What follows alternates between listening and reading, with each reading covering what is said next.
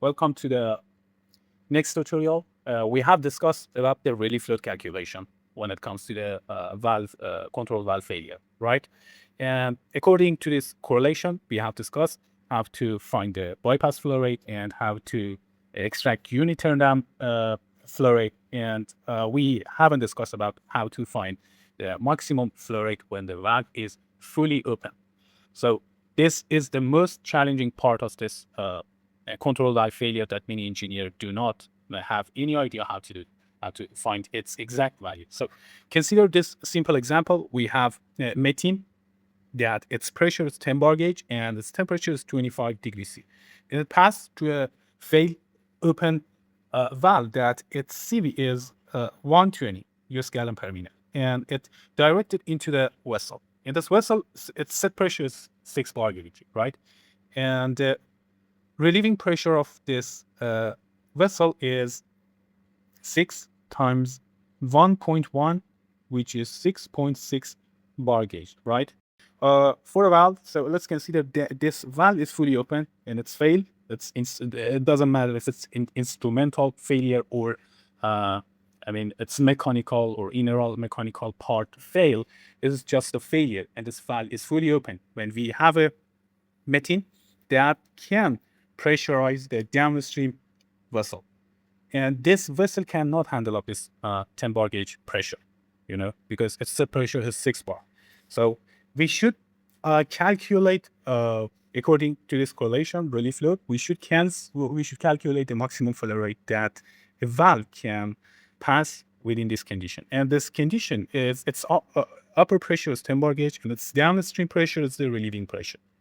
We have discussed about how to calculate the relieving pressure, which is in this case is 6 bar gauge. So I want to simulate a valve that its CV is given. If you have the CV value within the vendor data sheet, you can extract that value and use that value to find the maximum flow rate. So within this case, our CV is 120 US gallon per minute. Now I want to add a valve, and for this given CV, I want to calculate how much flow rate is going to pass through this valve when it's phased, and substitute this value into the relieving load correlation and find the relief load. Okay, so let's start. But this procedure is not doable in the steady state, and you will find it out why. So as you can see, this stream, which is the methane, I have added previously, and its proper fluid packages is the Peng Robinson, you know why, and its temperature and pressure is 25 degrees C and 10 bar gauge, respectively. So my recommendation is that just add a random value for the mass flow rate. It doesn't matter what you want to actually specify or adjust for the mass flow rate. So once you run this stream, just connect it into the valve, okay, and define an outlet stream. Go to the rating, into the design, to the parameter, and set the differential pressure, which is, in this case, we have the maximum operating pressure, upper stream pressure, which is 10 bar, minus 6.6 bar gauge, which is the relieving pressure, which equals a 3.4 bar gauge, right? Or bar. 3.4, which is 340 kPa. So this valve is running proper, okay? But within a steady state, let's go to the parameter and change its opening into a fully open position. We consider this valve is phase to open, okay? So let me get back to this worksheet. As you can see, the temperature is given, and the upstream pressure is 10 bar gauge, and the downstream pressure is the relieving pressure, not the operational pressure or the set pressure of the downstream. Okay, this is the relieving pressure. So within a valve window, go to the rating tab. As you can see, just switch this from CGE to CV. Okay, and you can change the value of the CV right here. Okay, I change it into the given CV within this case, which is 120.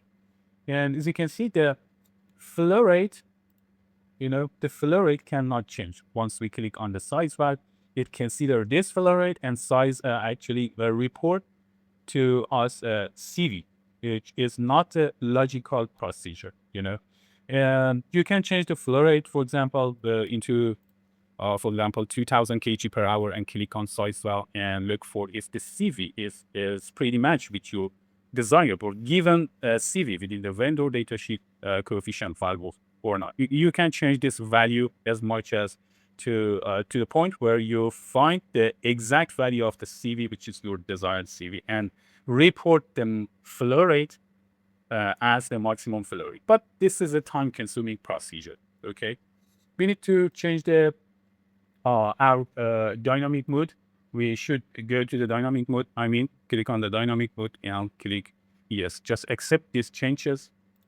Okay, we are now within a dynamic mode. Okay.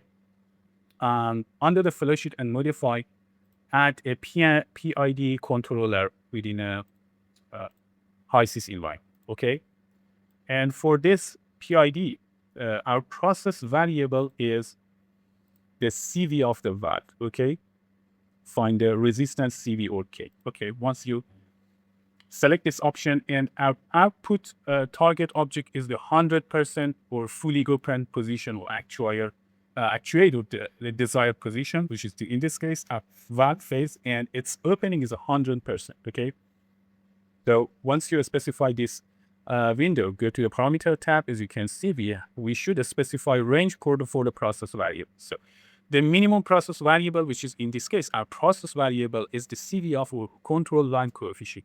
Okay, let's specify a number with these two numbers and make sure that your CV falls within this range. Okay, we are looking for the CV that is 120, and we should specify this range as our CV to make sure that our CV falls within this range. We need this range.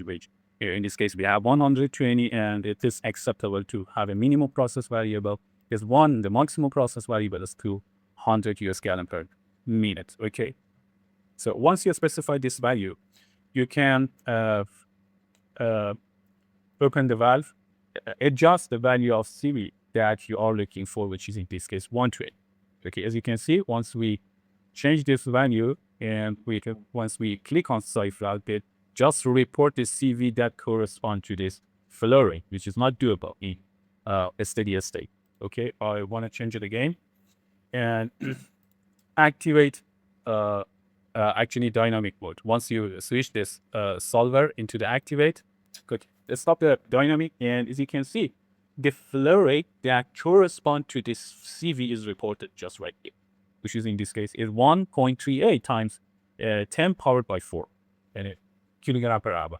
Okay, that's the maximum flow rate within the relief load correlation, and you can use this value for relief load calculation. Okay, that's the procedure when you have the CV and you want to find the flow rate, the maximum flow rate at the valve opening when the valve is failed, and you can use this flow rate to find your release.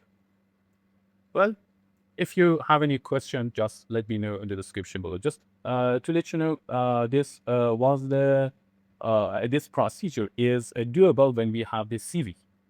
Okay, and what would happen if we do not have any CV? We haven't actually the CV, and what we should do. In the next video, I will discuss how to find the CV initially. Then, once you specify the CV, you can find the flow rate. I will discuss this part in a C# software, and you will something new, which is we discuss is the valve specification manager that use many catalog from many different companies that we can learn this software as well. For the next video, I will discuss how to find CV initially, then find the maximum flow rate when the valve open within a Fisher software. So if you have any question, just let me know in the description below. Have a good time. Bye.